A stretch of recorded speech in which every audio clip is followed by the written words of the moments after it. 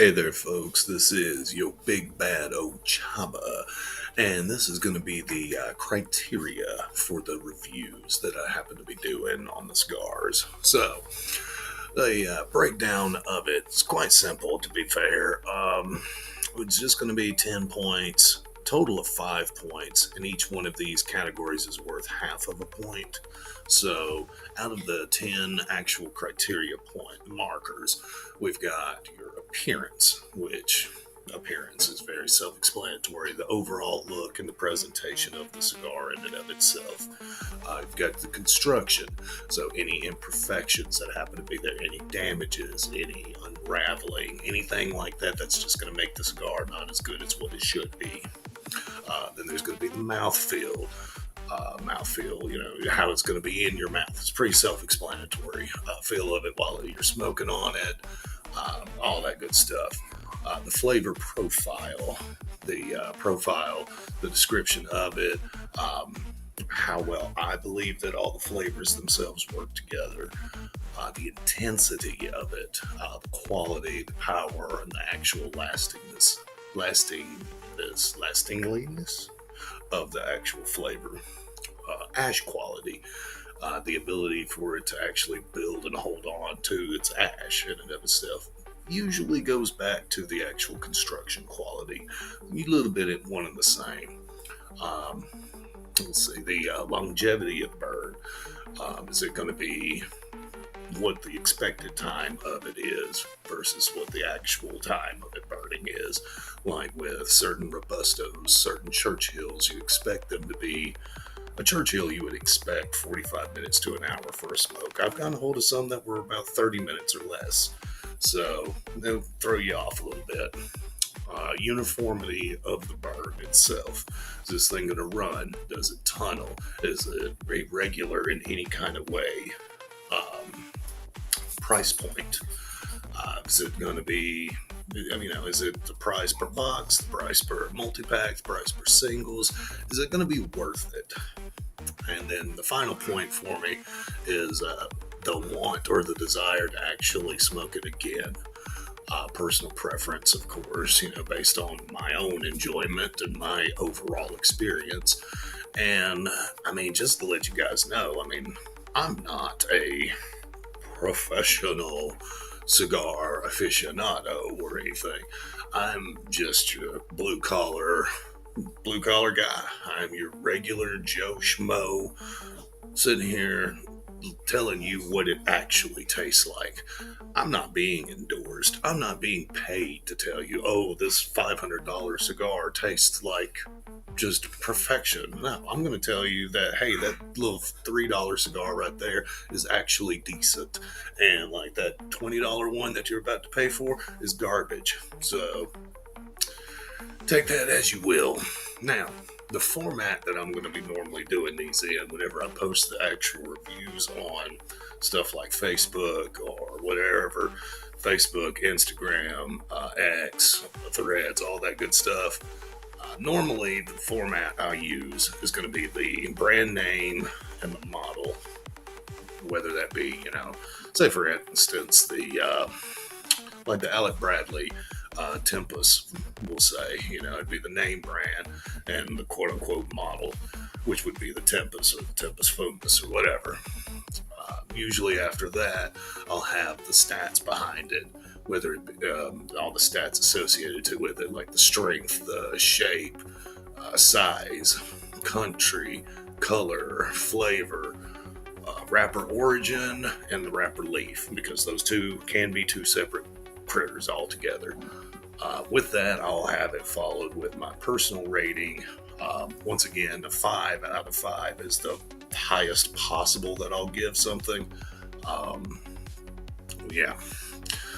From there, afterwards, I'll have like personal notes about the actual flavor profile and breakdown. From there, I'll try to describe everything as autistically honest as I can.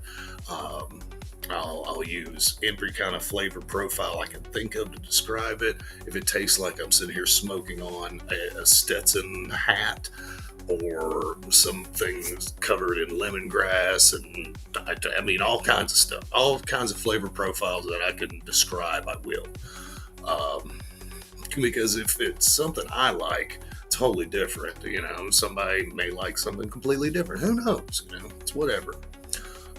Let's see. I've got a couple of examples of some smokes that I have actually reviewed before, and if you go back and look on Facebook in the cigar connoisseur groups, you'll see the Big Bad Ochaba has made a few reviews and posts on there. For example, we'll just use the Alec Bradley Tempest Bio Superior as another one as examples of them. I've already done the review on those before. The Alec Bradley Tempest Fuma specifically, that was a medium strength.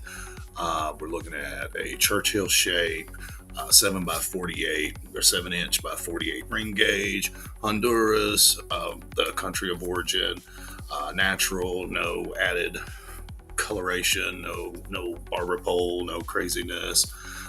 It was not flavored, so the flavors NA, wrapper origin, Honduran. The wrapper leaf was a Criollo. And I gave it a 4 out of 5 solidly. All of the flavor profiles of a Alec Bradley Tempest proper, but it was more mixed up and less refined. It was really muddled throughout, but it was pretty solid because Tempest. And transversely, the Bio Superiores. It was one that came out of the 20 for 25. I believe that was what it was called, 20 for 25 cigar bundler. And it was a medium. It was Churchill, 7 by 48, Nicaraguan. It was natural, not flavored. Looking as it was Ecuadorian origin wrap, and the leaf itself was a Connecticut shade. So Connecticut seed, Ecuadorian grown. And I gave it a 3.5 out of 5. It wasn't that bad for it to have been as cheap as it was. It was actually really good. It had long filler, held well, had a little bit of a grainy taste, kind of reminded me of like Camels. Started off really mild, medium, shifted to more mild, smooth. Ended on a really medium woody note, so it was pretty solid. And then there was like the famous 3065. Now, I remember that one. It was a medium Churchill that came out of that 20 for 25 pack. It was a 7 by 48 Honduras. Natural color, no added flavors. Nicaraguan origin wrapper with a Habano leaf. So Habano seed grown in Nicaragua. And I gave it like a 1.5 out of 5. It was absolutely awful in my opinion. To me, I could definitely tell the nicotine was there. It had a decent construction. It looked really pretty. Tasted awful. Tasted god awful. Smelled the same. Super acrid smoke, and just was unpleasant all the way around. I did not like it at all.